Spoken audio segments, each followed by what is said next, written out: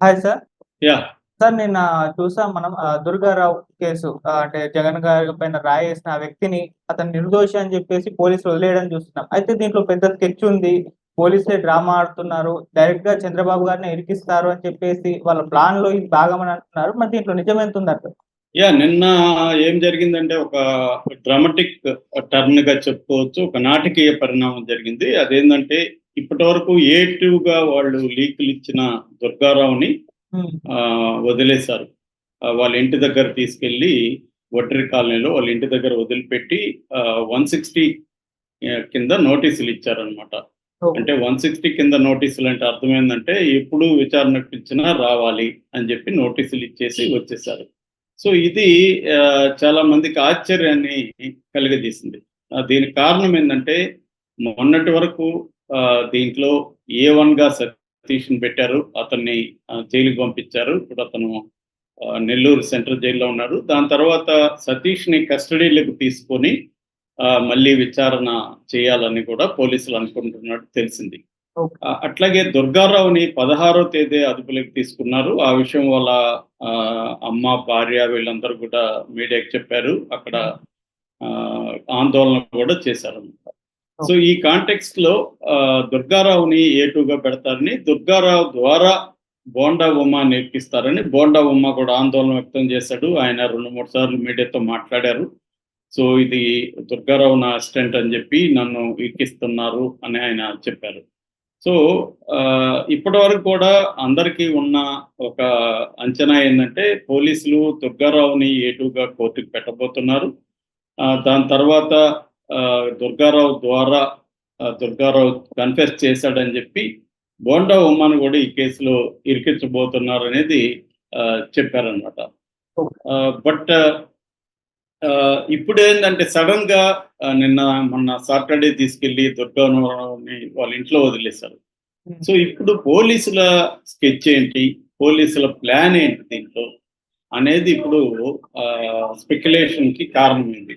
So, మనకు వినిపిస్తున్న ఒక ఇదేందంటే, పోలీసులు దుర్గారావుని ఎందుకు వదిలేశారంటే, దుర్గారావు దగ్గర ఎటువంటి సాక్ష్యాలు లేవు.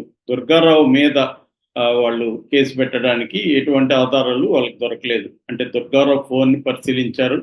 అట్లాగే సతీష్ ఫోన్‌ని పరిశీలించారు. సతీష్ ఫోన్ నుంచి దుర్గారావు ఫోన్‌కి ఎటువంటి మెసేజ్ గాని, కాల్స్ గాని వెళ్ళలేదు. అంటే దుర్గారావు ఏం చెప్తున్నాడంటే నిన్న మీడియాతో మాట్లాడాడు దుర్గారావు. నాకు సతీష్‌కి అసలు పరిచయమే లేదు. ఒక కాలనీలో ఉంటున్నాం. సతీష్ వాళ్ళ నాన్న నాకు పరిచయం ఉన్నారు తప్ప సతీష్‌తో నాకు పరిచయం లేదు. సో, నాకు పరిచయమే లేని వ్యక్తిని నేనెలా ప్రేరేపిస్తాను? రెండోది నేను ఇటువంటి పనులు చేసే టైప్ కాదు. నేను తెలుగుదేశంలో చేరాను. కార్యకర్తగా పనిచేస్తున్నాను గానీ, సతీష్‌తో నాకెటువంటి పరిచయం లేదు. ఇది జరిగిన తర్వాత మేమంతా పార్టీ చేసుకున్నాం. నేను డబ్బులిచ్చాను అనేది వచ్చింది మీడియాకి. అదంతా కూడా అబద్ధం. అనేది కూడా అతను చెప్పాడు. So, okay. వీళ్ళు దాన్ని కూడా ప్రూవ్ చేయడానికి వీళ్ళ దగ్గర ఎటువంటి ఆధారాలు లేవు. మరి మనకి వచ్చే డౌట్‌లేందంటే, ఇక్కడ పోలీసుల అత్యుత్సాహం కనిపిస్తా ఉంది. అంటే వాళ్ళ మీద ప్రెషర్ ఉన్న మాట వాస్తవం. ఎందుకంటే ఇది సాక్షాత్తు ముఖ్యమంత్రి మీద ఒక పబ్లిక్‌గా ఒక వ్యక్తి రాయితో దాడి చేసి గాయపరచగలిగాడంటే, it is very very serious law and order problem. So, దానివల్ల పోలీసులు ఏందంటే సీరియస్‌గా తీసుకొని చేయాల్సిన పరిస్థితి. కానీ మామూలుగా పోలీసులు జనరల్‌గా ఇన్వెస్టిగేషన్ మెథడ్స్ ఏముంటాయి అవన్నీ ఫాలో అయ్యారు. అంటే సీసీటీవీలు పరిశీలించారు. తర్వాత ఆ ఏరియాలో సెల్ టవర్స్‌లో ఎన్ని ఫోన్స్ యాక్టివ్‌గా ఉన్నాయని చూస్తే దాదాపు 20,000 ఫోన్‌లు యాక్టివ్‌గా ఉన్నాయి. అందులో కొంతమంది అనుమానితుల్ని దాదాపు ఒక 60 మంది అనుమానితుల్ని తీసుకెళ్ళి ప్రశ్నించారు. రౌడీ షీటర్లు ఎవరెవరైతే ఉన్నారో వాళ్ళందరిని తీసుకెళ్ళి పరిశీలించారు. అట్లాగే ఆ టైంలో సెల్ ఫోన్‌తో తీసిన వీడియోలు కావచ్చు, లేకపోతే ప్రొఫెషనల్ కెమెరాస్‌తో తీసిన వీడియోలు కావచ్చు, అవన్నీ కూడా పరిశీలించారు. అట్లాగే దాడి జరిగిన ప్రాంతాలలో ఉన్న వివేకానంద స్కూల్ కావచ్చు, మిగతా ఏరియాల్లో ఉన్న సీసీటీవీలను కూడా వాళ్ళు ఫుటేజ్‌ని పరిశీలించారు. ఇదంతా కూడా ఎవరైనా కూడా ఎనీ పోలీస్ డిపార్ట్‌మెంట్ రెగ్యులర్‌గా చేసే ఒక ఇన్వెస్టిగేటివ్ మెథడ్స్ అన్నమాట. అవన్నీ వాళ్ళు చేశారు. వాళ్ళని మనం ఆ విషయంలో తప్పు పట్టలేం. అయితే ఇక్కడ కొన్ని లీగల్ ఇష్యూస్ మనం చూసినప్పుడు వీళ్ళు ఇలాగా ఇల్లీగల్‌గా తెచ్చుకొని తమ కస్టడీలో పెట్టుకోవచ్చా? దాదాపు 3-4 రోజులు ఒక 6 మందిని ఇదే కాలనీ ఒంటరి కాలనీ నుంచి తీసుకెళ్ళి పెట్టుకున్నారు. ఈవెన్ దుర్గారావుని కూడా వాళ్ళు ఇల్లీగల్‌గానే 3 రోజులు పెట్టుకున్నారు. ఇది పెట్టుకోవచ్చా? మనం మామూలుగా ప్రముఖుల విషయానికి వచ్చినప్పుడు 24 గంటల్లో కోర్టుకి పెట్టారా లేదనేది చాలా చర్చ జరుగుతుంది. ఫర్ ఎగ్జాంపుల్ చంద్రబాబు విషయంలో 24 గంటలు దాటిపోయింది, 1 గంట దాటింది, అరగంట దాటిందని మీడియా అంతా కూడా గగ్గోలు చేసింది. అవును. అలాంటి టైంలో వీళ్ళు పేదలుగా కావచ్చు, కులపరంగా గానీ, లేకపోతే ఆర్థిక పరంగా వీళ్ళు సో కాల్డ్ తక్కువ స్థాయి కాబట్టి వీళ్ళని పెట్టుకుంటే ఏం జరగదనే ఒక ఉద్దేశం పోలీసులకు అనిపిస్తుంది. ఇది సాధారణమే ఇండియాలో. డబ్బున్న వాళ్ళకి, కులము, పరపతి ఇలాంటివి ఉన్న వాళ్ళకి, అధికారం ఉన్న వాళ్ళకి ఒక రకమైన న్యాయం జరుగుతూ ఉంటది. ఒక రకమైన పోలీస్ ట్రీట్మెంట్ జరుగుతూ ఉంటది. ఇవి లేని వాళ్ళకి అతి దారుణంగా ఉంటది పరిస్థితి. సో ఈ కేసులో ఒక పక్క దుర్గారావు, సతీష్ వైపు తెలుగుదేశం గాని, కూటమి గాని నిలబడింది కూడా. వాళ్ళు కూడా ప్రశ్నిస్తున్నారు. మరోవైపు సలీం వంటి అడ్వకేట్స్ కోర్టులో సెర్చ్ పిటిషన్ ఏశారు వీళ్ళు దొరకలేదని. Search committee ఏశారు. ఆ కమిటీ కూడా వెళ్లి ఎక్కడ వీళ్ళు లేరని స్టేట్మెంట్ ఇచ్చింది. మరి లేకపోతే దుర్గారావుని పోలీసులు ఎలా వదిలారు ఇప్పుడు? అంటే ఇవన్నీ కూడా మనకి డెమోక్రసీ ఎలా ఫంక్షన్ అవుతా ఉంది ఇండియాలో అని తెలియజేయడానికి ఇది ఒక సంఘటన. అంటే పోలీసులు దుర్గారావు లాంటి వాళ్ళను, అంటే వాళ్ళు ఒక పేదల్ని కావచ్చు, బీసీలు ఇలాంటి వాళ్ళని తీసుకెళ్ళి ఏమన్నా చేయొచ్చు. వాళ్ళ తరపున ఎవరు అడిగేదానికి లేదు. అది కూడా నిన్న ఎందుకు వదిలిపెట్టారంటే సలీం హెబియస్ కార్పస్ పిటిషన్ వేస్తానని ప్రకటించాడు. నేను మొన్నే చెప్పాను సలీం ఎందుకు ముందే హెబియస్ కార్పస్ వేయలేదని నేను అడిగాను ఆ రోజు. ఎందుకంటే హెబియస్ కార్పస్ వేస్తే కోర్టు ఏం చేస్తుందంటే డీజీపీని ఆదేశిస్తుంది. మీరెళ్ళి ఆ వ్యక్తి ఎక్కడున్నా వెతికి తీసుకొచ్చి కోర్టులో ప్రవేశపెట్టండి. సో అది కొంత ఎఫెక్టివ్‌గా ఉంటది. కానీ వీళ్ళు సెర్చ్ కమిటీ ఏశారు. సెర్చ్ కమిటీ వెళ్ళింది పోలీస్ స్టేషన్‌లో, ఏసీబీ ఆఫీస్‌లో చూసింది. ఎక్కడా లేరని చెప్పింది. నిజానికి ఇలాంటి వాళ్ళని తీసుకెళ్ళి పోలీసులు ఏం చేస్తారంటే ప్రైవేట్ గెస్ట్ హౌస్‌లో పెట్టుకొని వాళ్ళని కొంత టార్చర్ చేస్తారు. అయితే దుర్గారావుని టార్చర్ చేసినట్టు కనిపించలేదు. ఎందుకంటే ఇదంతా కూడా బోండా ఉమ మీటింగ్‌లు పెట్టడం, చంద్రబాబు స్టేట్మెంట్లు ఇవ్వడం, కూటమి నాయకులు అందరూ కూడా దీని మీద మాట్లాడటం. దీనివల్ల పోలీసులు ఏందంటే కొంత జాగ్రత్తగా ఆచితూచి వ్యవహరించినట్టు కనపడుతుంది. ఇప్పటివరకు జరిగిన దాంట్లో.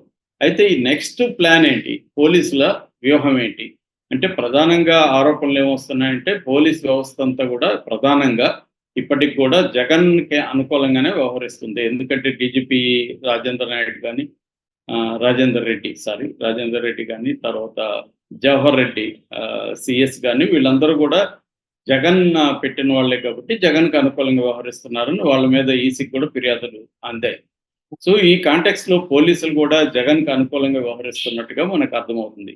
సో ఈ కాంటెక్స్‌లో ఇప్పుడు కొత్తగా వినిపిస్తున్న ఒక న్యూస్ ఏంటంటే ఈ కేసులో బోండా ఉమా అనే కాదు చంద్రబాబునే ఎక్కిద్దాము. ఇది ఎలక్షన్‌లో బాగా పనికొస్తుంది జగన్‌కి.